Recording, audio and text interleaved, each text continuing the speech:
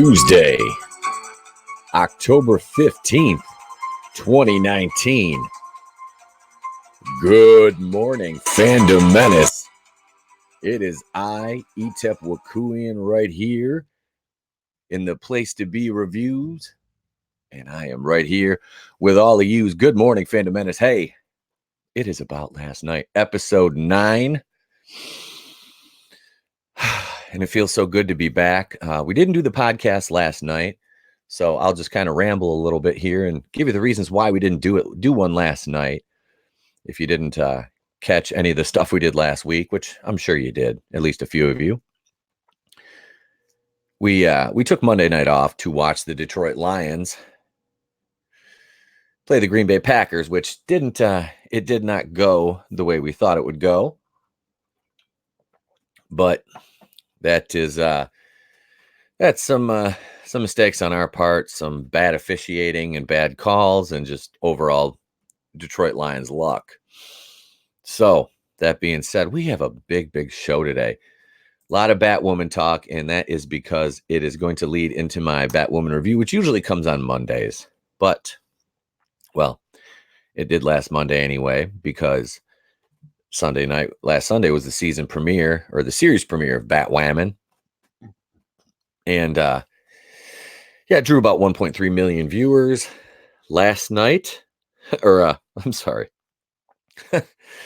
Sunday night was about 400,000 shy of that. So that does not bode well for the Batwoman. But this is still early in the show's, infancy stages, obviously. So we've got you've got a lot of room to grow here. Now, am I showing out for Batwoman? No, absolutely not. I think the show's it's not good. It's not good. The acting is cringy. You've got Ruby Rose is, I guess she's a fine actress, but just this role is not good. It's poorly written. The episodes are not well constructed. So I don't understand why why. I mean, I understand the why they're showing out now for this, the shills, but even now, after 2 episodes, you've lost about 400,000 viewers. And I guess, that'll kind of work eventually, and they'll settle into that little their sweet spot, or whatever they want to call it, with what kind of episode numbers they're going to be drawing. So if if you enter the chat, please do me the favor of bitch slapping that like button. Kind of waiting for some people to show up here before we get into the main topics of today's show, which, like I said, is going to be very Batwoman centric. So if you want to hear me talk about the Batwoman, join on in and leave a comment below. Like I said, I wasn't even sure if I was going to do this today, but yeah, I figured why not? And what doesn't if we don't get many viewers in the chat, that's fine. It'll be available for the playback, and I'll go through everything just like I used to old school when we were still doing the Anchor podcast. And those of you wondering about the Anchor podcast, right now we're working on some other things, and I might do some more stuff on Anchor, some one-off episodes and things like that. But right now, the Place to Be Reviews is on YouTube exclusively live Monday and Wednesday nights. You've got Going in Raw on Monday nights, and Wednesday night, the Place to Be Reviews podcast. So we are we're growing. We're up to 111 subscribers. I was up to 112, lost a couple, got back up to 111. So let's get this growth. And speaking of growth, there's a couple other channels that I really want to mention here, and I'll post a link in the chat to them. One is 2 Cents Toys, the Don of 2 Cents Toys, of course, none other than Salvador. Hail Salvador! I doubt he's listening. He's probably asleep right now. Go over if you're into toy reviews. Hey, there's the Appalachian American getting the clap with the ETEP chant going. All right, what's up, my brother? Um, yeah, so go on over and subscribe to Salvador's channel if you have not yet, because he does some really kick-ass toy reviews, and he's got a video dropping, I believe, every day from now until, I mean, like at least the next over probably 8 to 10 days. So there's a lot of content, a lot of great toy reviews coming out there. And he put out a video yesterday. Um, it was great. It was the Calamities catalog, I believe was the name of it. Like I said, I'll post a link to his channel in the chat here momentarily. But yeah, he was good, man. It was a great video. Really enjoyable. It was a shorter form video, and it just kind of showcased some of his. It was back catalog Calamities. That was the name of it, and it showcased some of his back catalog of toys that he hasn't reviewed yet. So he adds some humor into it, and made it really fun. So let's see here. All right, Seth doesn't want to hear me ramble about stuff like that. While I'm pulling this first article up, take a sip of coffee here. I'm still hurting from that Lions loss last night. Now, oh yeah, I was not pleased with that, but we'll get the screen share going here in a minute. So this let me wrap this my other channels I'm plugging here. The second one is Goober Brothers Entertainment. And that's my man Cody over there. Cody's been a guest on my program, many times, going back, way back to the around episode, I think it was like 23 or 24 of the podcast. So, I mean, he's, Cody's been around, and he's got a channel called Goober Brothers. And we do a morning show on Thursdays called Crossing Streams. I don't know if I'm going to be able to be on this Thursday because my son goes on a 2-week vacation. They have like a little 2-week off period from school. So he'll be home with me. So Thursday, and he's missing out on like a school field trip because they're going to like a pumpkin patch, and he has really bad allergies to hay like I do, which is kind of funny because I grew up like basically on a kind of a farm. And yeah. He's really allergic to hay. So it's bad because it's like his first field trip, so I can't let him go. So I have something really fun planned for him during the day. So we're going to have some father son time, and yeah, we get 2 weeks off. So I don't know if I'll be on Crossing Streams this Thursday, but you will get all the content that you normally get. I will be sure to produce that for you guys, and the podcast Wednesday night will be live as always on YouTube right here at 8:30 Eastern, and we'll have Groovinator. The amazing MJ will be on with me, myself, and let's see. I'm trying to get Salvador on, Coach Loudy, and we might see if Cody could come on, or possibly Linkalex7. I've got so we've got that going.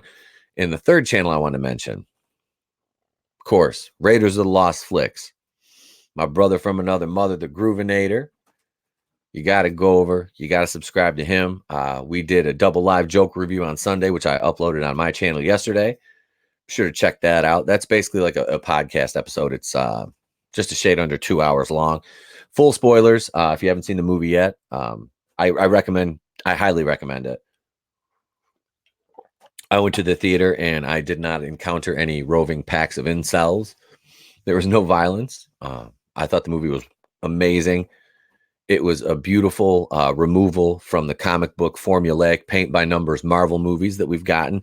And I say that I mean, it might sound like a slight to Marvel, but it was just the difference in tone and style. And obviously it was rated R. Joaquin Phoenix, absolute tour de force as Joker. So let's get into this article here about Batwoman and her ratings dropping off during episodes 1 and 2. So, all right, let's get the screen share here, shall we? Appalachian American, I'm stuck at work. Entertain away, homie. Oh, well, I will do my best, sir. All right, So, TV Fanatic, this came out the 14th, yesterday, 11:49 a.m. This is by Paul Daly. Down she went. Batwoman season 1 episode 2 slipped just over 35% in the demo from its series premiere. On Sunday, the Ruby Rose fronted series had 1.5 million total viewers and a 0.3 rating in the demo. There's a shot of Ruby Rose. I close these annoying ads here. The total viewer tally is still solid, but the demo is weak for an Arrowverse series in its second week on the air. Then again, the demo is on par with every show on the CW aside from The Flash. There's a good chance the series will be safe for years regardless of ratings thanks to streaming and international deals. And yeah, that's it. This show will this show could very well get the axe, from TV, but still pop up on a streaming service somewhere. My God, are they bad with these ads on this page? Supergirl also took a hit, slipping to 974,000 viewers and a 0.3 rating, hitting and matching the series lows. Those of you who remember Supergirl, that started out on CBS, but it could not maintain itself on CBS, so it ended up going over to the CW, joining the Arrowverse. It lasted one season on CBS, and they were like, "Nope, that's enough. We're done here." So yeah, that was the end of that over there. But Kara lives on the CW in all her SJW glory. And yes, that show is very woke. I mean, come on. If you can't admit that at this point, I don't know what you're doing with your life, because it is. And, you know, and I say this ad nauseum because inclusion and diversity isn't a bad thing. It's not. We have a diverse cast on this show. I mean, on the podcast episodes, absolutely. Oh God, there's an ad for Lena Dunham's podcast pops up on my screen. That's horrifying. Where's Deanna? Poor guy. America's Funniest Home Videos, 5.1 million viewers and a 0.7 rating was up, while Kids Say the Darndest Things, 4.8 million, 0.7 rating, slipped 0.2 from its premiere, and Shark Take, 3.6 million, 0.7 rating, held steady. The Rookie, 3.5 million, 0.6 rating, failed to get a boost by staging a castle reunion, slipping to a new low in its audience. The Simpsons, 2. Okay, so these this is just gonna go go on about the other ratings. But yeah, so Batwoman slipped in the ratings, and I've got another. I'm gonna stop the screen share for a minute here. I'll pop another article up while I kind of talk about this for a minute. But yeah, Batwoman, the ratings for that, like I said, I don't see this show, even if they want to say, oh, it'll go on and on a streaming service or something like that. I don't know why they feel it necessary to keep propping up these shows. I mean, just admit it's a bad show. Just admit it's a bad show. Coach Loudy's in the chat, and he says, "Pop that article, Daddy," and it's popped. And here it is from Screen Rant, of course. No Screen Rant. You go away. Nobody likes you. Batwoman has been review bombed by audiences. Here's why. And this is by Mansoor Mythowala. Mythowala, Mansoor. Hey, Mythowala, woke as hell, yeah. All right, there, I'm done singing. All right. Batwoman has been review bombed on Rotten Tomatoes, even though it's only been out for a short while. It has a fairly recent rating from critics. Fairly recent. I think that's supposed to be fairly decent rating from critics. And here it just goes to the fact that nobody edits these articles here. Nobody edits these. 7 years after the Arrowverse began on the CW with Arrow, the network has launched its first series diving into the world of Batman and Gotham City. Batwoman stars Ruby Rose as Kate Kane, aka Batwoman, and the titular hero made her in-universe debut in last year's Elseworlds crossover. So, no issue there, except for like that ridiculous red wig. And yeah, wonder where this article, Wonder Woman confirmed in the Arrowverse thanks to Batwoman. I don't see Gal Gadot making an appearance on this. If she does, I would be shocked. I mean, she would probably do it on another show, but not Batwoman. I don't know. I don't know though. What the hell do I know? I'm just guessing here. It wasn't much later that Batwoman was ordered to series, and fans of the character in the comic were excited to see what the Arrowverse version of Gotham would look like in its entirety. However, it also wasn't much later that the series spawned a hefty amount of backlash just 1 year before, when it was first revealed that Rose would be portraying Batwoman, that she was the target of hate speech due to her being an outed lesbian. And I seriously doubt that. Okay, and I don't want to sound like one of those people, but it is 2019, and if you still like have an issue with lesbians or homosexuality at that point, I mean, come on, I mean, and then the only reason I think anybody has any complaints or issues at all is because when it's just ham-fisted. Okay, so the Batwoman character is gay. Okay, so you can construct the story around her, and that's obviously going to be a part of her personal development as a character. You can write it, intelligently. And I'm not saying don't include it, because if that's a part of who she is, and obviously with the first storyline with this character of Sophie being kidnapped by Alice and the Wonderland Gang, it's gonna, it came out that's why she's not in the military anymore, because they had a relationship. Okay, I was fine with that. There's no issue there. It's the like the hardcore like intersectional feminism that was really on display in the trailer, the very first trailer. You basically shit on Batman, you know, but they toned it down a little bit after that.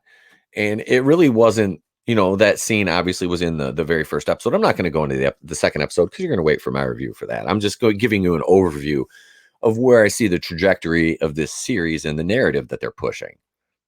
And well, of course, Screen Rant is just access media, shills.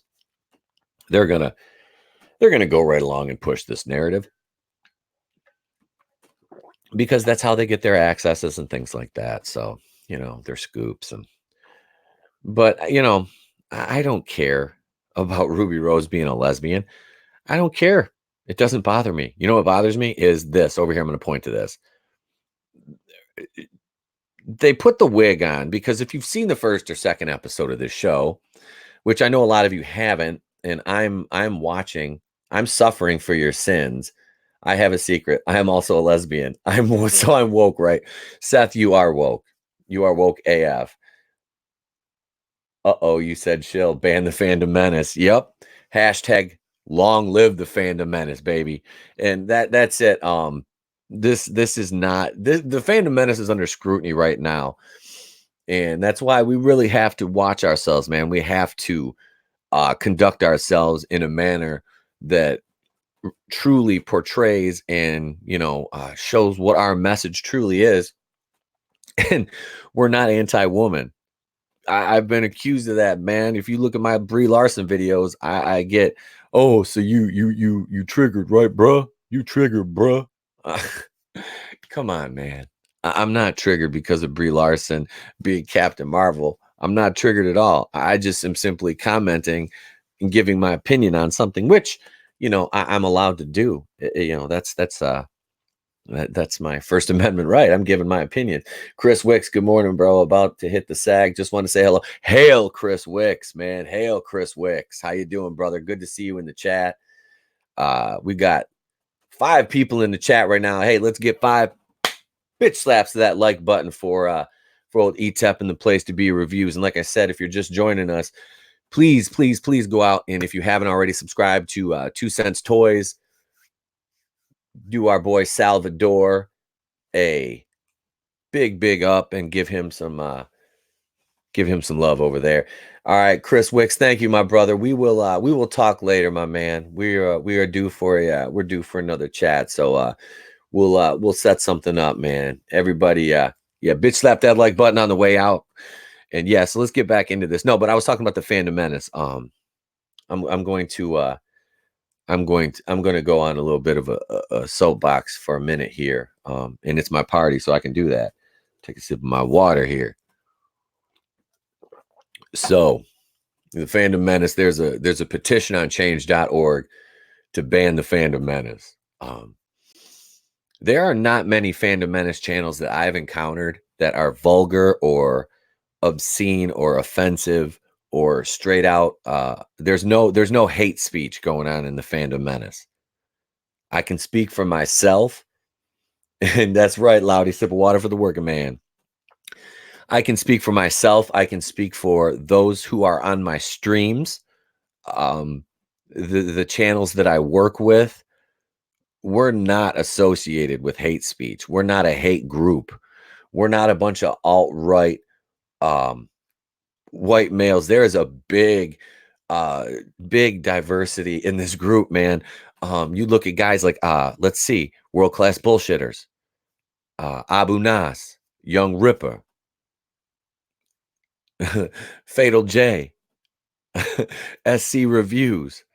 I mean, you got Gary from Nerdrotic, Doomcock, Geeks and Gamers. Everybody geeks and gamers. That Star Wars girl.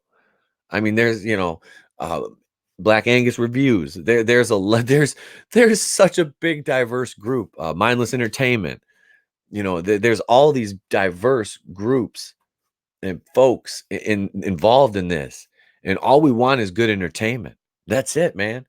And we don't just talk about things that we don't like. And if you listen to the show, we do the videos. My one-off videos. Yeah, I have to cover topics that are relevant to the zeitgeist and pop culture. And Batwoman is something that I chose to do trailer reactions to. So I'm going to cover it and I'm going to review it. And I cover the MCU. So yeah, I'm going to cover, Brie Larson news and, Tom Holland Spider-Man news like I did yesterday in the video, which admittedly was a little clickbaity. I was hoping there was a little more meat to the article, which is why I added some editorialization in with the video. So, the fandom menace is we're truly good people, man. And it's so if you're just looking from the outside in at the fandom menace and saying that, oh, these guys are just a hate, we're not. It is not like that at all. And if you listen to any of our streams or our videos, you will, it won't take long to figure out, who we are and what we represent. And we're not gaslighting people. That's not what we do. That's not what we're about. You know, this is a pop culture war, as it's been called, and we are just simply trying to maintain some semblance of quality entertainment. So there, I'm done with my rant. Now we can get back into the article. I don't do that well. I can't say I don't do that very often, but I try to limit my cutaways on the podcast now due to the new. And that's another thing why we structured the podcast the way that I have is my co-host MJ and I weren't happy with the way our streams were running. I wasn't. Admittedly, I wasn't happy. I want listeners to enjoy, the things that we talk about. And I want my guests to have fun, but at the same time, if we want to get to where I want to do, and I want to grow the channel, that's the goal, is to grow the channel, and not simply for monetization, just for the reach. And I've met so many wonderful people through this whole, uh, process of, creating a podcast and a YouTube channel. I would not, these are folks that I get to work with now on a daily basis and talk to. I've become friends with. It's a wonderful thing. So I just, and that's why when people, I guess, smack talk the fandom menace, it's like I'm gonna punch back, but I'm gonna do it in a manner that is, befitting of who we are, and try to be representative of that. And that just goes along with being more professional and conducting ourselves in a manner that portrays who we are outwardly to the rest of the entertainment world. All Raiders of the Lost Flicks. I got all my wrenches in the chat this morning. We got Appalachian American, Loudy, Raiders of the Lost Flicks, morning sexy, morning big sexy. All right. So off the soapbox. So yeah, It wasn't much later that Batwoman was ordered to series, and fans of the character and the comic were excited to see how the Arrowverse version of Gotham would look in its entirety. However, it wasn't much later. The series spawned a hefty amount of backlash. Okay, we covered this paragraph. It was, all boiled down to the hate speech due to her being an outed lesbian, and wrench wenches represent. Yep, yep. I there you go. It is wrench wrenches. It's wrench wenches. Try saying that. I'm having trouble saying that. No, so that went on my fandom menace rant about nobody was hating on Ruby Rose because she was a lesbian. Because I had somebody else from the um fandom menace kind of giving me, we had a nice little discourse about it the other day. Um, about Ruby Rose being a good actor. He kind of was like, "Oh, she's not a good actress now. She was great in John Wick 2 as, a bodyguard." And okay, I'm gonna stop right there because I'm on my show. Ruby Rose, and I understand, oh, just like in this show, she trained around the world with the best fucking, fighters in the world, and blah blah blah, and that's why she's 100 pounds and she's able to beat the shit out of these 250-pound fucking guys. And yeah, okay, come on, man.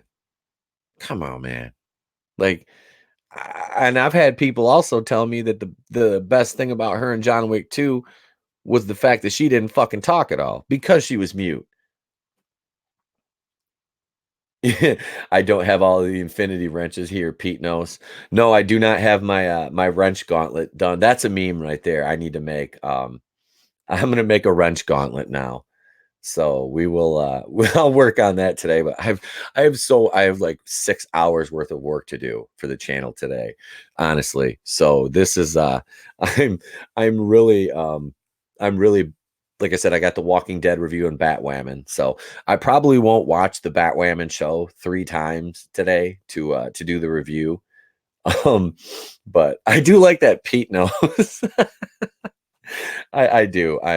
This is each infinity wrench is our face. Oh, that is, yep. I've already got the Thanos and the Tony Stark with the finger snap screen caps. Salvador, so hot, so hot in her. I'm not taking off my clothes because God knows nobody wants to see that. Hail Salvador. And Sal, if you're just joining us, man, I told everybody if they don't go over and subscribe to your channel that I don't know what the hell they're doing with their lives. That's 2 Cents Toys and the Don Salvador. Hail Salvador is in the chat now. So we got 5 here. Let's get 5. Bitch slaps that like button.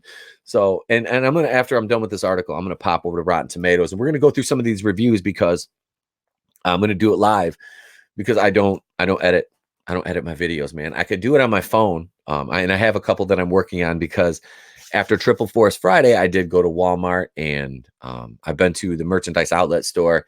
So I've got some Star Wars toys I'm gonna show off. So yeah, man. And Sal, I talked earlier because this article alluded to Ruby Rose being bullied because she was an outed lesbian, and it's kind of with all the heat on the fandom menace right now. I kind of went into, why I've chosen to run my channel the way I have, and how there's the channels and the folks that I associate with here, man. We don't do the hate speech thing. We do critiques and criticisms based on quality of entertainment, not color of skin or sexual orientation. So we might make some jokes from time to time, but trust me, we just want good entertainment here. So let's see. Sadly, it seems the hate hasn't stopped now that the Batwoman has debuted. On Rotten Tomatoes, Batwoman currently holds a 72% rating, average from 39 critics, and some have praised how the show and Rose is acting, while others have detested it, which is quite normal for a movie or TV show. But what's interesting is Batwoman's audience score is only 11%, so it went up a couple percentage points. It was 8%. So I didn't expect it to hold there. You're going to get some positive reviews, which is fine. That's your opinion. And I'm not going to attack somebody if they like this show. I will debate them on the quality of it because I have watched each of these episodes. And like I said, the first one I watched 3 goddamn times. So if you want to go through point by point on the plot with that, I can do that. Let's see. Salvador says we articulate our arguments based on information, not affirmation. Absolutely. Let's see. Yeah, man, we got I love it, man. We got a good discourse in the chat. This is the fandom menace right here, baby. So it says, let's see. Batwoman audience scores only 11%, and that's from a whopping 4,730 reviews. There's a stark difference between audiences and critics. but that's because the Batwoman has been review bombed. And every time a show like this hits a speed bump or a movie hits a speed bump, it's always review bombing. And I'm going to disprove that because the positive reviews on this show are bots. They have no other reviews. And a lot of them had just started their accounts like the day of the premiere or the day of episode 2. Okay. I looked into this yesterday morning while I sat and watched the show again. There's bot, and this is the thing. This is why they put that red wig on her. I mean, and this is the thing I've said about Ruby Rose. She's an attractive woman, just not with his haircut. But it's just her head without that hair. It offsets how skinny it is compared to like the size of her head with the cowl and everything. She looks like the Batwoman bobblehead. It's just yeah. Firstly, it's the sheer number of audience reviews over the audience score that gives away the fact that Batwoman has been review bombed. Comparatively, Arrow season 7 at the end of its entire run has less than 500 reviews from audiences, and thus far, The Flash season 6 only has 49 submissions. Batwoman, on the other hand, has just under 5,000, nearly all of which are one-star reviews or less. Some audience reviews are legitimate, of course, but having 1,000 half-star reviews because the show is flat doesn't make sense. Yes, it does. That means it's not a good fucking show. Okay? That means it's not a good show.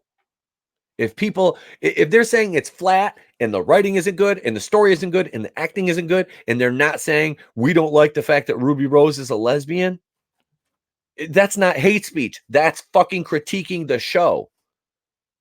And that is their right. And now watch, Rotten Tomatoes will fucking move the goalposts again. They will move the goalposts again because why? Because these shows must not be allowed to fail. The critics, not the critics, but the audience must be silenced if they do not lockstep, bootlick, fall in line with this woke narrative. All right. And at this point, I thought episode 2 had a few bright spots. And one of them is Rachel Skarsgård that plays Alice. Okay. She did a good job as Alice in this episode. I still think the episode out of 5, I would probably give it a 1.5. Okay. Because and I'm going to get into that later, but I will say Rachel Skarsgård was very, very good in this episode as Alice. Let's see. Here is a comment from Salvador. Starring in a critically acclaimed but publicly dismissed show is like being king of the desert. You're the only important one in your own world. Exactly. Raiders lost flicks, but she's stunning and brave. She is stunning and brave. And okay, so I jokingly say that a lot. And so I was sitting on the couch with Trey last night, and he's petting the dog, and he goes, "Natty, you're stunning and brave." And I lost. My wife looks at me and goes, "I wonder where you learned that." Yeah.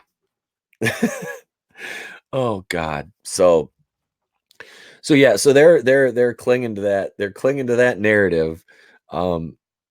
That it's being review bombed already.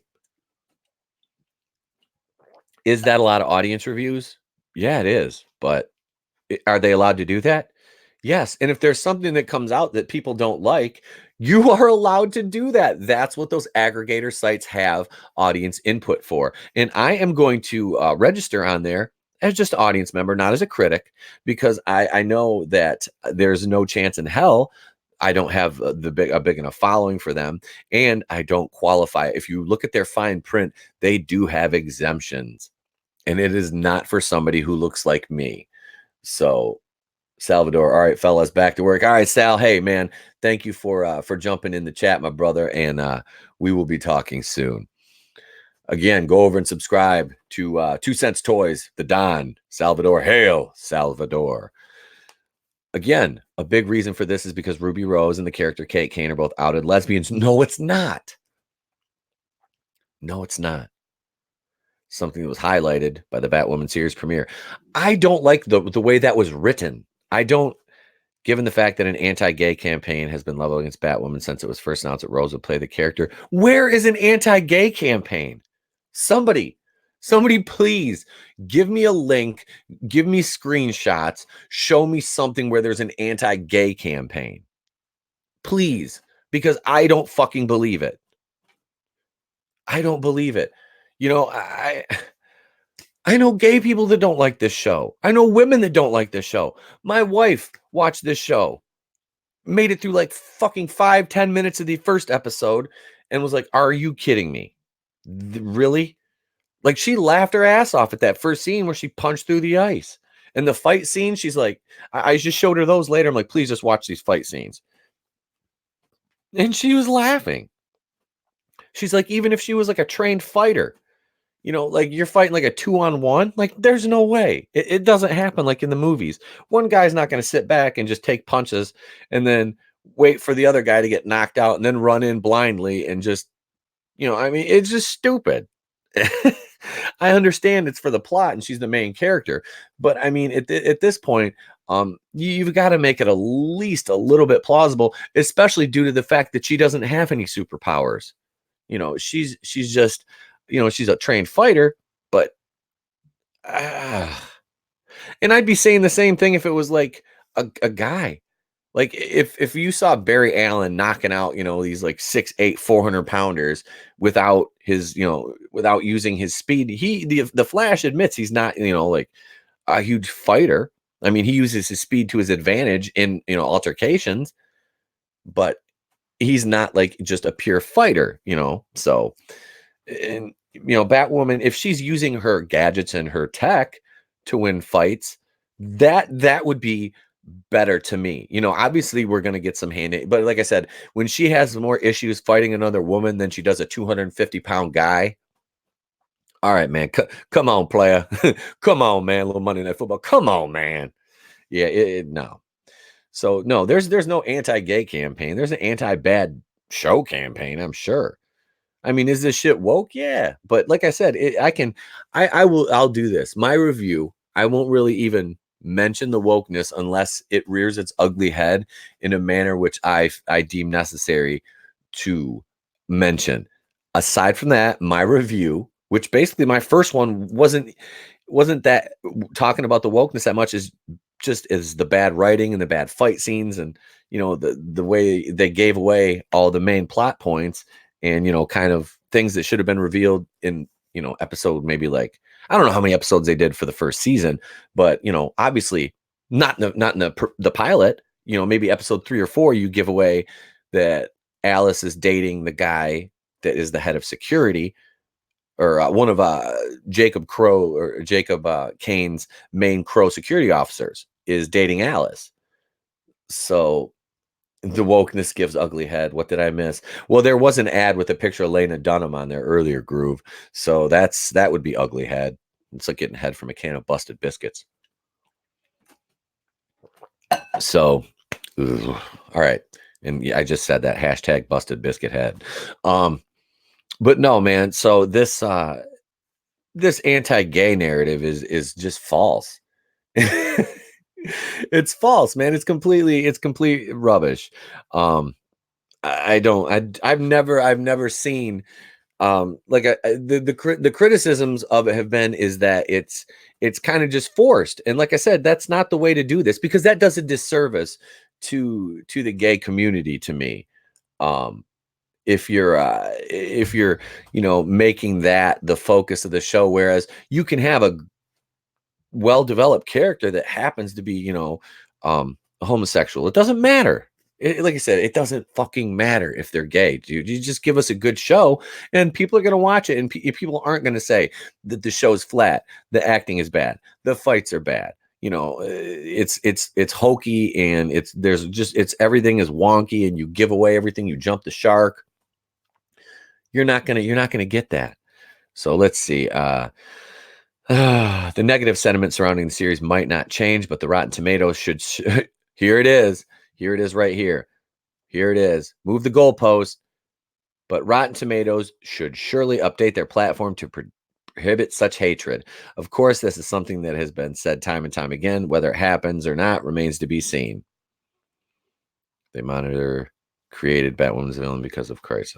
Let's see that. So that's the article, and that last sentence right there, that pretty much exemplifies and just showcases the hypocrisy that these shill critics and access media want to want to show. Oh, yep. And this groove, I saw that you watched that yesterday, and I want to know how that was because I'm gonna watch it. Because I fucking love Elton John's music, man. I've always been an Elton John fan. My mom used to listen to Elton as a kid, and that's a dude right there. I'm openly praising this guy and his talent and his music and shit. And yeah, oh no, he's gay. Well, whatever, I don't care. He's a talented musician. Rocket Man is a movie about a gay man. It has good music, good acting, good story. Exactly. Exactly. Oh, you'll want to watch this then. Yeah, man. I definitely am going to check that one out. Me and the wife were actually talking about that because we saw the ad. I think it was like, yeah, the Blu-ray or something just came out. So, yep, I read. Yep, I gotta watch the Killing Joke yet because those are due back. That and Dark Knight are due back on Thursday. So I'm watching the Killing Joke, and like I said, I still got to review Batwoman and Walking Dead after I'm done here. So, and I got to eat something too because Fat Boy's hungry. Okay, so what I'm gonna do right now, I'm gonna end the screen share here for a moment and get out of this Batwoman has been review bombed article, and we're gonna go over back here. I'm going to go to Rotten Tomatoes and we're going to go through some of these reviews because, like I said, I'm doing the Lord's work, so you don't have to. Um, and I really was, I was laughing about how how he just said, the review bombing and oh man, like why can't they just admit that a show is bad? Like, I mean, it's just oh look at this, and even the critics rating dropped. But the audience score did go up a little bit. All right, let me pop this screen share on here.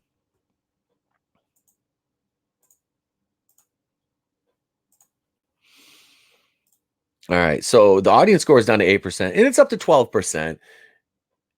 Built-in excuses, absolutely right, Groove. That's all they are. It is built-in excuses, and here we go. So 12% audience, 69%, and I'm really shocked that the critic score uh is dropped 3%. This has went up 3% though. So like I said, I could really see the show settling in at about a 30 um about a 30%. There's a lot of negative reviews. It's up to 5,087 reviews. And I want to highlight something, just the critics consensus. Okay. Though it needs more time to develop its own identity and to truly soar, Batwoman's fun and stylish first season is a step in the right direction for representation. That's their focus. Before being a step in the right direction for superhero shows, it's got to be about representation. Okay. And I got on the Mary Sue on their Facebook page and commented um, on an article about this, and I articulated everything, and I said, and I made a joke about that very line right there. But then I followed it up with a statement about how I don't care what the character's orientation is as long as the writing is good. And this woman that's all she got out of it. That's all she got out of it was, and I didn't screen. I should have. I'll go back and see if I can find it, and I'll put it in a video. I can do a quick one on my phone and just show off some of this comment thread. Um, but yeah, it was just like I just that's you're such a bigot. I'm like, oh my god, like why? Like I'm like, did you not read anything else? That's all you took from it was one joke. Totally. And this was after I wrote my review. And that's what I kept going back with was just points from my review about the writing and the story arc. So let's jump into some of these audience ratings here. Okay, this is a 4-star review. The show is surprisingly good after watching the first 2 episodes. Is it the best? No, but it has a lot of potential, and I really like the actress playing Alice. She's definitely the MVP of the show, and I agree with that. I'm actually looking forward to the next episodes. Hopefully, it can improve as time goes on. All right, this is Sapphire Q. Now let's see, Sapphire Q. Oh, no ratings history. Profile summary. Nothing. Oops. Let's go back forward one here. Okay. Sorry, folks. All right. Here's a 3.5 star. This show is actually better than I thought it would be. I went into the show expecting to hate it and be done with it, but after seeing 2 episodes, I'm actually really liking it. I'm interested to see where it goes. I think it has potential to get so much better, and I hope it does get better. Fiona R. Oh, no, no ratings history. Let's see, Wendy G. Now, this one will probably have a rating history. You see, because some of these, with most of the ones with pictures, I've found they do have some history. This is a 4-star, fun setup so far. Ruby Rose is a compelling presence. Let's see Wendy G's rating history. At least one. Okay. And this was 6 months ago, so she's been on there for a minute.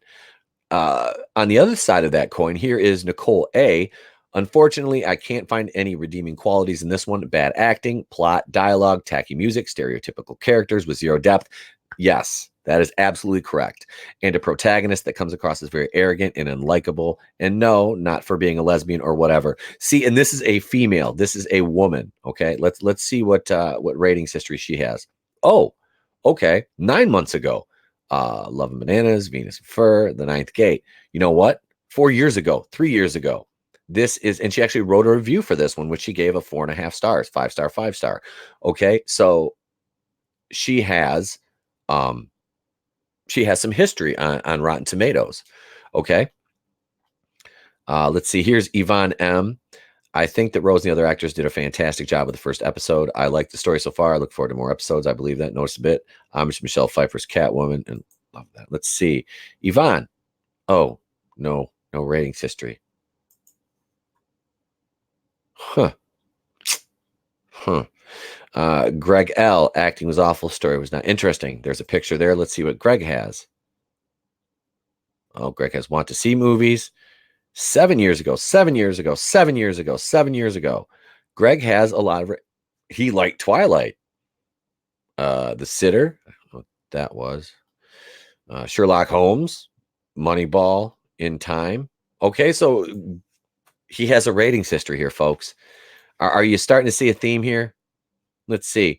Borderline painful to watch. Half-star review. Let's see. 1 year ago, half-star of Star Wars Last Jedi. Gave Joker. Okay. So there's a year ago. So there's at least a history here. Didn't like The Last Jedi, or he or she. Let's see, half star from Nathaniel O. The series is an utter insult to Batman fans, not because it has a lesbian lead, but because it deliberately rips on Batman and changes the story of Catherine Kane. Catherine Kane didn't lose her family in a car accident. They were killed after being taken hostage by terrorists. The series is literally nothing more than an attack on the Batman fandom. Let's see how Nathaniel has here. Okay, so he doesn't have any ratings history, so that could be one, that's less than savory. Let's see. I like DC's Arrowverse shows. Whoops. No ratings history here. Let's see. Raja F. And this will be the last one I do here. This is a half-star. Terrible acting from Ruby Rose and shoddy film editing effects. I doubt even the unimaginative Batman knockoff from the comics would think to stoop this low in poor plot design. Let's see what Raja has here. Raja doesn't have any ratings either. So you can see there's a little bit on both sides, probably. Some just people favoring the show because of its narrative, and then some people favor, not liking the show because of the fact that it's just utter shite right now. Um, like I said, do I think this 12% will go up? Yeah, and they'll probably kind of drop down a little bit here on the old tomato meter too. So we can kind of let's take a look at some of these critics though. This is Ed Bark, Uncle Barky, top critic. Producer Greg Berlanti is to comic book superheroes what Donald Trump is to tweeting. They just can't stop themselves. That's a rotten one. The CW Air. Oh, this is Rihanna Stark from Geeks of Color. Rihanna Stark. You think that's a made up name? The CW Arrowverse show twists the classic superhero tropes to make for a deliciously promising tale of a young woman struggling to find her path. It's relatable until she just ultimately chooses vigilantism instead of community college. What? Let's see another rotten one. Batwoman continues to rely on the tricks of the Arrowverse trade, which will be its detriment. It is making the show feel a bit stale when it should be giving us a brand new, interesting superhero origin story. Yeah, that's pretty accurate. Let's see. With Arrow fast approaching its end, Batwoman can easily pick up its grind marked mantle within the Arrowverse and run with it. Yeah. I'm sorry, but you're never gonna get Batwoman to be bigger than Arrow. And I didn't even really watch Arrow. I watched The Flash. I quit watching The Flash a while ago though. I'm gonna eventually, pick back up and watch it. But I like Stephen Amell. I thought he was good in Arrow, but I just couldn't get into it. I was so late to the party with that one. But yeah, so let's see, Matt Roush, TV Insider. Unfortunately, a little dramatic coaching might have been helpful as well because she delivers every line with the same monotonous flat. Yes, she does. Moody is one thing, but numb isn't particularly engaging vibe. That's about right. So yeah, that's where we'll leave this one. Yeah, so 69% critics, 12% audience, and that's still bad. And it dropped, like I said, from 1.3 million premiere to um around 800,000 this episode. So it'll probably settle in somewhere around like 600,000 people an episode, I would imagine, if not lower than that. But so that's Batwhammon for this morning. Um, I don't know, man. I don't know. I'm not seeing this show improving really. Like I said, it had the bright spot of Rachel Skarsgård. Let's see. Oh, Raiders. They didn't have vigilantism at my community college. I took graphic design instead. Well, probably a good thing, man. I don't really know, unless you're like a multimillionaire, that vigilantism has much of a future because you can't afford the cool gadgets and tech, like Kate Kane and Bruce Wayne. And, unless you're just a brilliant inventor that can, make things out of, unless you're MacGyver, basically. Which I don't know wasn't there a reboot of MacGyver? I don't even know if that's still on or not. I haven't. I never really I watched the original one when I was a kid, but I never really got into the rebooted version. Never saw MacGruber either. I don't know if that's relevant here or not. So I've been catching, yeah, like I said, I've been catching some flack. I want the pink fright wig with my bat cowl. I know, wouldn't I? I would wear that for Halloween. I would wear that for Halloween. And speaking of Halloween, here's kind of a fun um, a fun little article that I found uh, on bloodydisgusting.com. And my God, these ads, before I screen share this, I'm going to go through and kind of clean house on these here. Um, man, Tom Atkins was so cool. He is somebody I would just absolutely like love to meet him, and I would just like be able to like sit and talk to him about anything. It would be stunning and brave. I would wear the pink cowl and wig while I did a Batwoman review. I would do it. I would. It would be yeah. It would be stunning and brave. Hashtag stunning and brave. So let's see here. Hang on. Before I move forward, let me get show me some love on that like button, everybody. We got 3 people in the chat.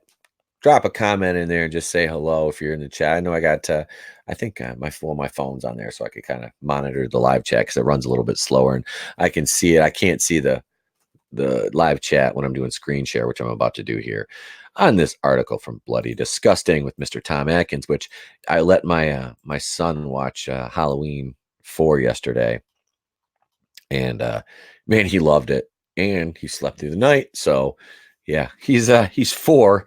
So I don't know if I should let him watch it, but like I said, he's seen Walking Dead ad nauseum already. So he wasn't really scared of Michael Myers. He loves the theme music. We were listening to it on the way to school this morning. About an 8-minute drive, so we were jamming to the original John Carpenter score. So, Tom Atkins talks awkward moment on Halloween 3 Season of the Witch set in the 1980s horror doc In Search of Darkness. And is this not an article or is this a clip? Well, you know what? I don't think you're going to get the audio on this. God bless it. Oh, there's a little bit of an article. Okay. Bloody Disgusting has an exclusive extended and unedited scene from the 80s horror documentary In Search of Darkness pre-order, which in horror legend Tom Atkins talks about his Halloween 3 season of the witch character getting down with Stacy Nelkin while his wife, who plays Marge, is in the next room. Oh, and he also talks about his ass. Oh, well, I'm sorry. Stacy Nelkin was she was hot in that movie. His wife, who plays Marge was the saleswoman, wasn't she? The one that got the mask to the face. uh, After celebrating its world premiere this weekend at Beyond Fest 2019 in Hollywood, In Search of Darkness, a journey into iconic 80s horror, currently available to be pre-ordered, making the perfect gift for any genre fan this season. Okay, so yeah, that god damn it. Here, I thought there was more meat to this. I just saw there's an awesome scene of her. That's Tom Atkins' wife as she got blasted in the face with that mask because she was kind of messing around with the chip in the back. But I would play this clip, but the audio just does not come through well on StreamYard, and I'll never try to use OBS again. That I did that and it was an utter train wreck. So yeah, that was Tom Atkins. I mean, he was in and Groove and I've discussed this too. Night of the Creeps. He played the detective. You know, he say "Thrill me." That was his line in that. God, I have to watch that movie. I think don't you've got that one on like Blu-ray, don't you, Groove? Um, I gotta go when I go to the video store. I'm gonna see if they have that one because they never include those on Fear Fest on AMC, like movies like that. I wish they would get some thrill me, get some campy gets kind of some of those campier movies like that on there because I really dug that movie, man. That was I haven't seen it in a long time. I actually found the VHS when I was out at my mom's house last time, and I was looking through my old some of my old tapes, and there is absolutely like there's like thousands of videotapes out there. It's ridiculous, and there's some of those movies I'd really like to get transferred over. Um, oh no, I just got a notification that Mike Zero released a video about the Final Rise of Skywalker trailer. Oh dear God, how I don't understand Mike Zero. I mean, he's like, I can see Mike Zero becoming Joker. Mike Zero could be Joker. I can see that happening. The only person he would go after would be like Ryan Johnson. Oh no, now I'm gonna have Mike Zero fans coming after me. There's a ton of them. Like I said, I subscribed to his channel a long time ago, and his videos now, I just watch them because they're kind of funny to me. I really do. It's Star Wars. I can't even do it. Oh, for future Star Wars content, it's me, Mike Zero here. It's Star Wars content from the future. And his videos are so funny. They're like I said, I got that one screen cap. It's like when the future Star Wars content hits you so hard it gives you Forrest Whitaker eye.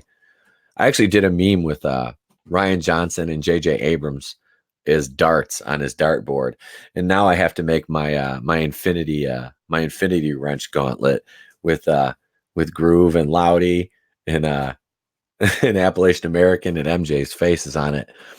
So I'm like one infinity wrench shy. So next time Salvador pops in the chat, I'm gonna wrench him up. I'm gonna wrench him up. Now I have all five infinity stones, infinity wrenches. my my gauntlet's complete.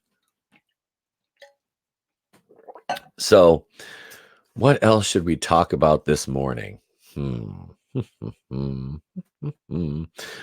I don't want to talk about Brie Larson. So detached from Star Wars. It's kind of sad, says Raiders of the Lost Flicks. Yeah, and that's why I really haven't even done barely any Star Wars videos.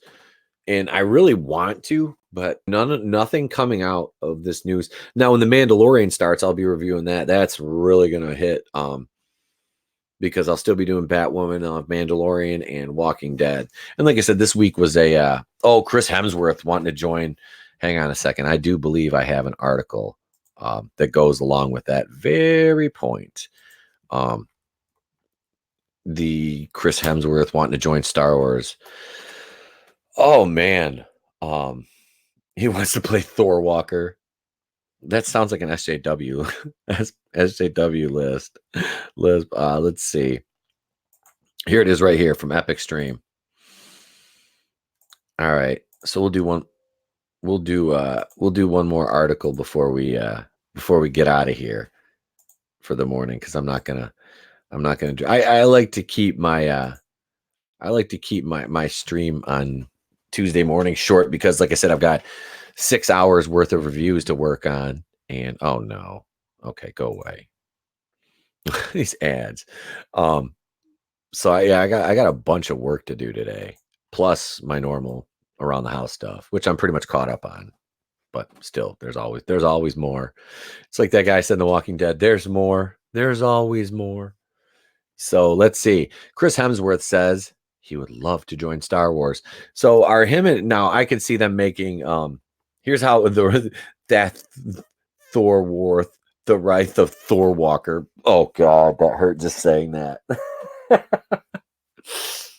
Oh lordy, lordy, lordy. I could see them making Chris Hemsworth like a Sith Lord and making Brie Larson a stunning and brave Jedi, and to make the Infinity Gauntlet has 6 stones. Well, I'll have to wrench up somebody else then too. Somebody has to be worthy of wrenching. Sal's worthy. I'm going to wrench Sal. I can go back to his comment and put the moderator on him. So thanks for pointing that out. Hey, I was just trying to short it one because we only have room for 5 wrenches, but I can get 6 wrenches. I can do it. I'm stunning and brave. Hemsworth said he'd love to join Star Wars. Yeah, man, I can see them making Chris Hemsworth like they do like Knights of the Old Republic or whatever.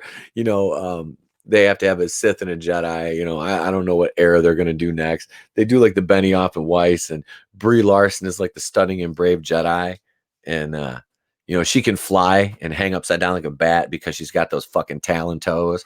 But God, hope she please get that foot fungus cured. Oh, I can't help it. I can't help it. But yeah, they'd make her just beat the shit out of Chris Hemsworth. She'd be like force choking him, throwing him all over the place and shit. I wonder if she'd do it in her mom jeans. I wonder if she'd be doing that in her mom jeans. Brie Larson isn't the only Marvel star who wants to become a Jedi. Why not at this point? Fuck it, right? Why don't we just use the MCU characters or the Star Wars characters in the MCU? Wasn't that like Patton Oswalt talked about crossing fucking X-Men over Star Wars on Parks and Rec? He went on a filibuster and did that.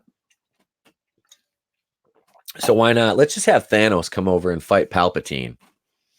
Or, Galactus versus Palpatine, or, the Yuzon Vong versus the Chitauri. Why the fuck not? Why not? Let's have Andy Dick is the Sith Lord. I'm Andy Dick. Oh God. Andy Dick and Tom Green as Sith Lords with Chris Hemsworth. And then you have like Brie Larson, and bring Tessa Thompson into, fuck it. Just make the whole thing the Jedi are wearing, they're stunning and brave, and we can have I don't know who else, whatever others. She-Hulk can come over and she can be a Jedi as She-Hulk the Jedi though. And then when they say what about the droid attack on the Wookiees, Lena Dunham can play a Wookiee. SJW Wars. Brie Larson isn't the only Marvel star who wants to become a Jedi. It looks like Thor Ragnarok star Chris Hemsworth wants to join Lucasfilm's Galaxy Far, Far Away too. Is he going to play Kevin Thor in it? SJW Wars. Though the Marvel star might still have more work to do in the Marvel Cinematic Universe as everyone's favorite Asgardian god of thunder, the actor would love to join Star Wars. No, he's not Thor anymore. Remember, we've got Jane Foster as Thor now. The mighty Thor, Lady Thor. 50 years the Thor mythos, and they picked the 3 least popular year run, the 3-year run that's the least popular, really? The Jason Aaron's run, that's what you go with for a movie? Of course, that's what Taco Tuesday do. Hemsworth spoke with fans during his panel at this year's Ace Comic-Con Midwest over the weekend, and during the event, the actor was asked whether he'd want to join the Star Wars franchise in any sort of capacity. Hemsworth was asked whether he would join Jon Favreau's upcoming Disney Plus series, The Mandalorian, or if he wanted to be in Lucasfilm's Star Wars movies. The actor's answer was a straight yes, saying that he loves Star Wars as much as any regular fan. Oh, yeah, I'd love to, Hemsworth responded. I'm not sure there's many people that'd say they wouldn't want to be a part of that world, and especially having it be something I've grown up with, like all of us here have. Probably it'd be a fan experience as opposed to being an actor, and that's the fun thing at this point of cinema and my career. And dude, let's be honest here, you really haven't had any success outside of the MCU. What are you going to laud? Ghostbusters 2016, fucking what was the other one? Oh God. Oh, Men in Black International. Come on, man. Campia gets a cameo as Bree's lightsaber. Oh God. I was just watching because I heard that John Campia didn't really like Batwoman, so I had to watch a part of his shit this morning. I got ear cancer from it. It would be a hoot to see Hemsworth join Star Wars. The Australian actor has a whole lot of charm and charisma. I do like Chris Hemsworth. We're sure he'd bring a lot to the table if he were to join a new Star Wars movie or series. The actor's had some sci-fi experience too. He's made appearances as Captain Kirk's father in the modern Star Trek film series. Oh yeah, I forgot about that.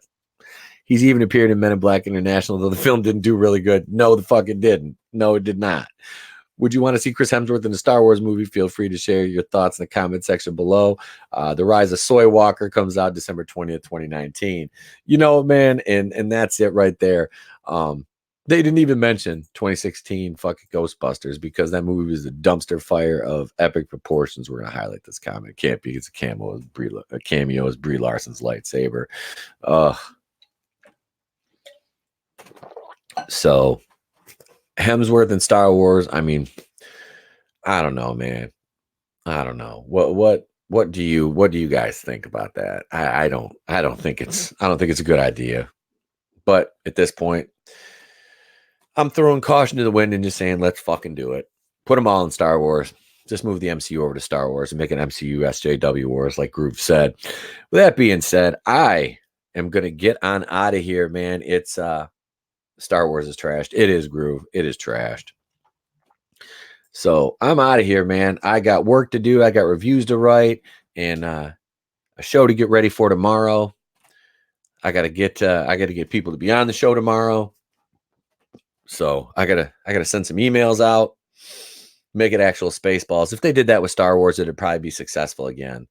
Later, my brother. Thank you for stopping by, and we'll be talking shortly. Hey, if you haven't yet, if you're listening in the future and you've already heard the future Star Wars content from Mike Zero, be sure to bitch slap my like button on the way out, and please consider subscribing because that's the only way we can grow the channel, bring you more content, and I have a lot of fun things planned that are going to happen soon. Remember, I think it's episode 70 tomorrow. Is episode 70? I don't know. I'll check. Regardless, there's a podcast tomorrow night. Right here, the place to be reviews, 8:30 p.m. Eastern. I know Groove will be on. Monica, the amazing MJ. Waiting to hear back from Loudy, and I'm going to send a few emails out to a few people I want to get onto. Salvador might stop by for a few. Yeah, we'll have a big show regardless. And Saturday night, what do you got? You got a Unicorn Store watch party at 8 p.m. Eastern. That is on Netflix. I'm not sure where else that is streaming. If you want to join us and just listen to us tear this apart, you can, but you can watch along on Netflix as well. And after that, we're going to cleanse our palate of all that Brie Larson. And we'll watch Clive Barker's 1987 cult classic, one of my personal favorite horror movies, my must-watch film for this month, Hellraiser. Yeah, we're going to watch that. So I am looking forward to that, my man. And we got a lot of fun things happening. So There's the yeah, I'm gonna highlight this right here. So yeah, there's some unicorns from Groove. Be sure to subscribe to my channel, subscribe to Raiders of the Lost Flicks, subscribe to Two Cents Toys, and also go on over and subscribe to Goober Brothers Entertainment and any of your favorite Fandom Menace channels, your favorite YouTubers. The Fandom Menace is strong, and we are not a what you think we are. If you haven't met us yet, just give us a chance and trust me, you'll if you're not satisfied with today's entertainment, you'll find a home in the Fandom Menace. And there's a lot of cool people, a lot of great independent creators here. Um, and that's another thing altogether I'm talk about one day will be Comicsgate. So that being said, I'm Etepo Queen of the Place to Be Reviews. I have been here with all of yous. This has been About Last Night, episode 9. And remember, if I don't see you, have a good day and a pleasant tomorrow. That's it. That's the end of the show, folks.